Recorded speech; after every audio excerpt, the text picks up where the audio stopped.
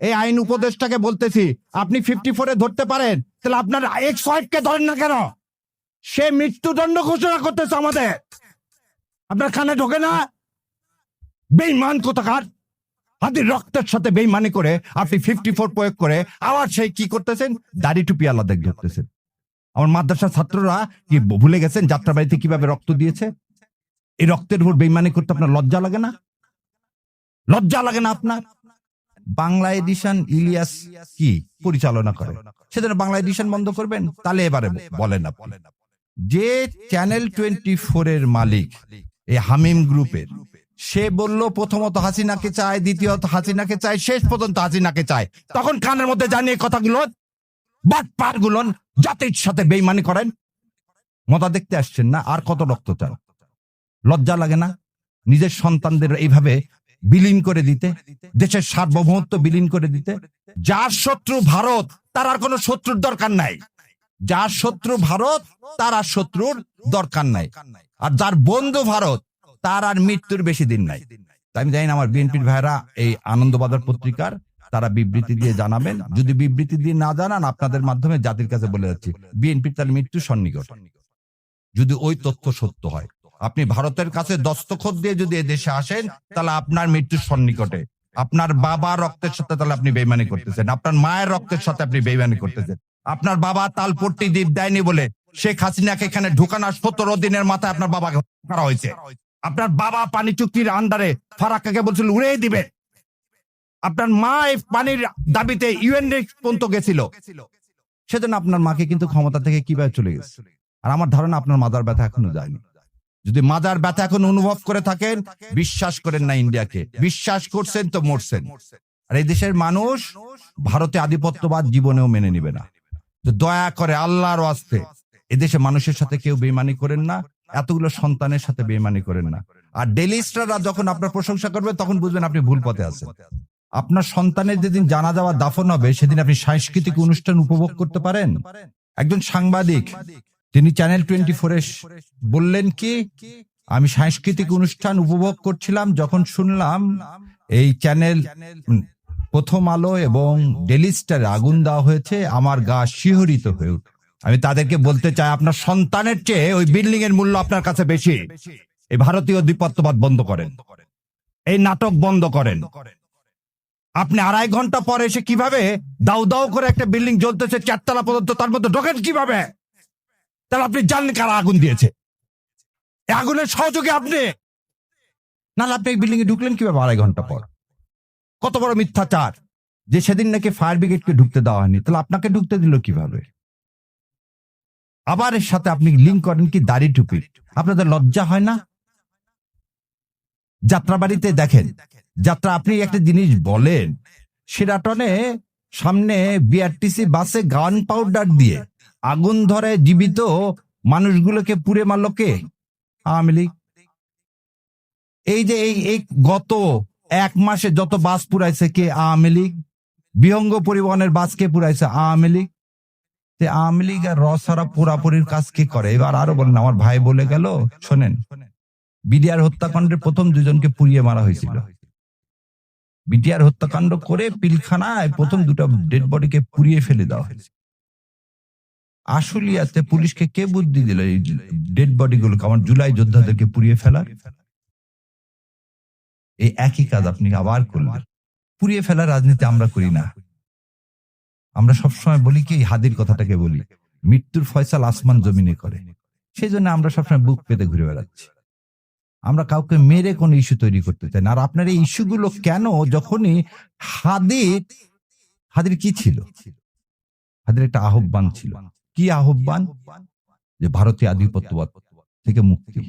সেটাকে এই নুরুল কবির সাহেব কি বলেন, উনি ধর্মভিত্তিক কি দেশ, ধর্মভিত্তিক শাসন ব্যবস্থা কায়েম করতে চান। এটা তো আমার কর্তব্য, এই দেশ ইসলাম কায়েম করা। 90% দেশের যেখানে মুসলমান, সেই দেশে আপনার কিভাবে এইভাবে সাহস হয় বলার? আপনি একবারও তো বললেন না, যখন আওয়ামী লীগ এসে এই সংবিধান থেকে বিসমিল্লাহির রহমানির রহিম, আল্লাহর উপর পূর্ণ আস্থা ও বিশ্বাস এগুলো তুলে দিলেন, তখন মুখে কুলি পাটলেন। ও তাহলে সমস্যা, প্রথম আলোকে এই ভেঙে চুরে আগুন দিয়ে এটাকে কোনোভাবে সমর্থন করতেছি না, কিন্তু আবারও বলতেছি এটা আপনারাই করালেন। এই নাটক করিয়ে আপনারা কি করতে চাচ্ছেন? হাদির মৃত্যুটাকে, হাদির এই যে আত্মত্যাগকে আপনারা সাবসার্ভিয়েন্ট করতে চাচ্ছেন। আমাদেরকে বোকা পাইছেন। এবার দ্বিতীয় কথা বলি, যদি ডেইলি স্টার এবং ভাঙ্গাটা অন্যায় হয় তার বিচার করেন, কোনো সমস্যা নেই। তার আগে যে হাদি 7 দিন আগে গুলি লাগলো, 7 দিনেও ধরতে পারেন না। পুলিশ কি স্টেটমেন্ট দিচ্ছে, কোথায় আছে না আছে জানি না। আপনি 54-এ আপনি কিভাবে মানুষকে ধরতেছেন? আপনি তো কথা দিলেন, এই আইন উপদেষ্টাকে বলতেছি, আপনি 54-এ ধরতে পারেন, তাহলে আপনার এক্স ওয়াইফকে ধরেন না কেন? সে মৃত্যুদণ্ড ঘোষণা করতেছে আমাদের। আপনার কানে ঢোকে না? বেঈমান কোথাকার! হাদির রক্তের সাথে বেঈমানি করে আপনি 54 প্রয়োগ করে আবার সেই কি করতেছেন? দাড়ি টুপি আলাদা ধরতেছেন। আমার মাদ্রাসার ছাত্ররা কি ভুলে গেছেন যাত্রাবাড়িতে কিভাবে রক্ত দিয়েছে? এই রক্তের উপর বেঈমানি করতে আপনার লজ্জা লাগে না? লজ্জা লাগে না আপনার?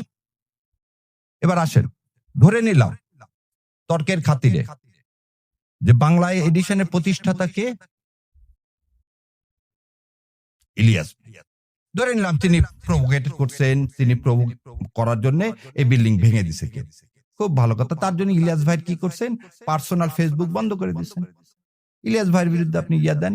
বাংলা এডিশন ইলিয়াস কি পরিচালনা করে, সেজন্য বাংলা এডিশন বন্ধ করবেন? তাহলে এবারে বলেন আপনি, যে চ্যানেল 24-এর মালিক এই হামিম গ্রুপের, সে বলল প্রথমত হাসিনাকে চায়, দ্বিতীয়ত হাসিনাকে চায়, শেষ পর্যন্ত হাসিনাকে চায়।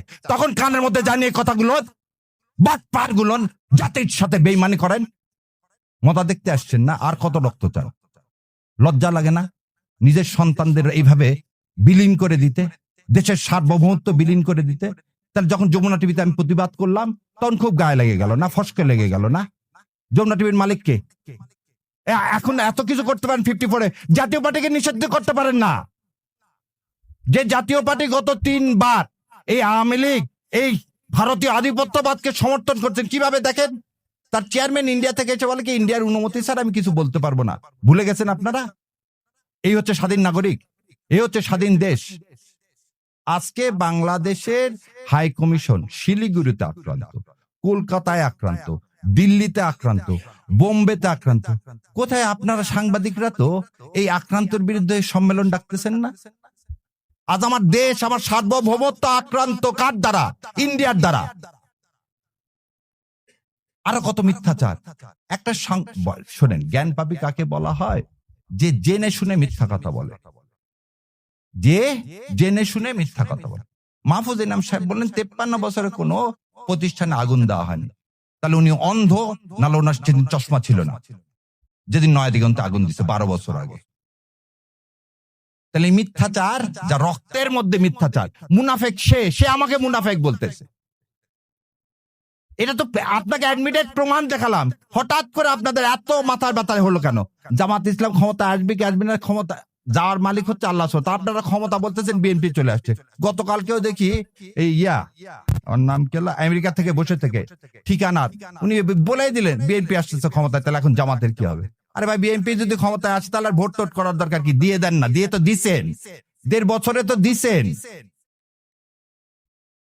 1.5 বছরে তো দিয়ে দিলেন।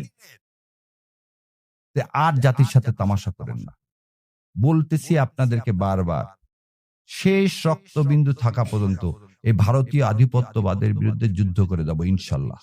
আর এই ন্যারেটিভ আর প্রথম আলো আর ডেইলি স্টারের এই ন্যারেটিভ আর ইনশাল্লাহ দেশে বাস্তবায়ন করতে দিব না। সেই জন্যই বলছি, দেখেন আপনাকে বলি, এই চ্যানেল আইতে যাওয়া আমি নিজে বন্ধ করে দিচ্ছি। কেন? যেদিন থেকে সোমাকে নিয়ে আসছি। যেখানে ভারতের আধিপত্যবাদ নিয়ে আসবেন আমাদের কণ্ঠ বন্ধ করবেন, করতে পারবেন না ইনশাল্লাহ। আল্লাহ আপনাদের কান পর্যন্ত পৌঁছায় দেওয়ার ব্যবস্থা করবে। কি হয়েছে আপনাদের টিভি আমরা বর্জন করলে? যেখানে যেখানে ভারতের আধিপত্যবাদ দেখি আমি সেখানে সেখানে যাওয়া বন্ধ করে দিচ্ছি।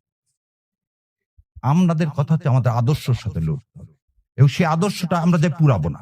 আমরা আমাদের কথা বলে দেবো, যেখানে পছন্দ হবে না ভাই সেখানে যাবো। আর পুরানার রাজনীতিটা করে ভারত, এবং ভারতের দালাল হচ্ছে প্রথম আলো। শোনেন, একটা জিনিস শেষ করে দিচ্ছি, যার শত্রু ভারত তার আর কোনো শত্রুর দরকার নাই। যার শত্রু ভারত তার আর শত্রুর দরকার নাই। আর যার বন্ধু ভারত, তার আর মৃত্যুর বেশি দিন নাই।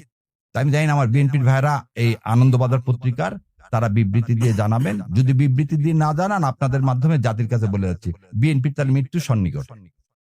যদি ওই তথ্য সত্য হয়, আপনি ভারতের কাছে দস্তখত দিয়ে যদি দেশে আসেন, তাহলে আপনার মৃত্যুর সন্নিকটে।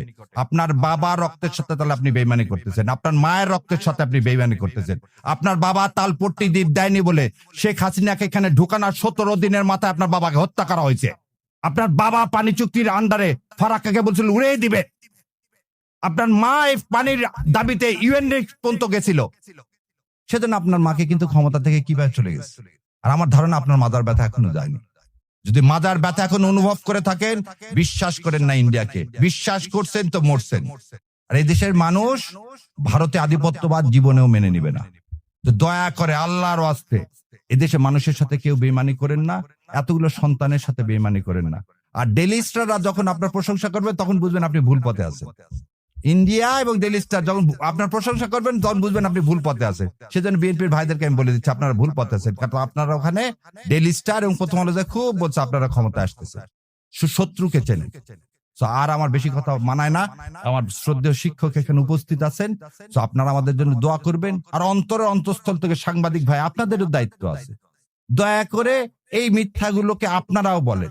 যে একটা লোক, একটা বিল্ডিং আগুন লাগলো, সে ঢুকলো কিভাবে, বেরোলো কিভাবে, আর সে কিভাবে বলে যে সাংবাদিক পুড়িয়ে মেরে ফেলে দেওয়ার ষড়যন্ত্র হয়েছে। কোন জায়গায় আগুন লাগলে কি হবে? কাউকে তো ঢুকতে দেওয়া হবে না, ভিতরে যারা আছে তাদেরকে বের করে আনা হবে। উনি কি ডাক্তার? উনি কি ফার্স্ট এইডার? না উনি ফায়ার ব্রিগেডে জয়েন করছে? তো এর থেকেই বোঝা যায় এটা কত পরিকল্পিত, কত সুপরিকল্পিত।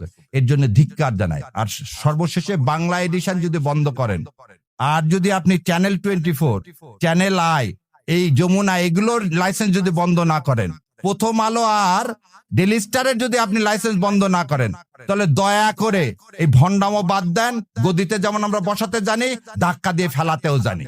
তো ইনশাল্লাহ আল্লাহ আমাদের তৌফিক দেখ সৎ কথা বলার এবং সৎ পথে চলার। আমিন। আসসালামু আলাইকুম রহমতুল্লাহ বরকাতুহ।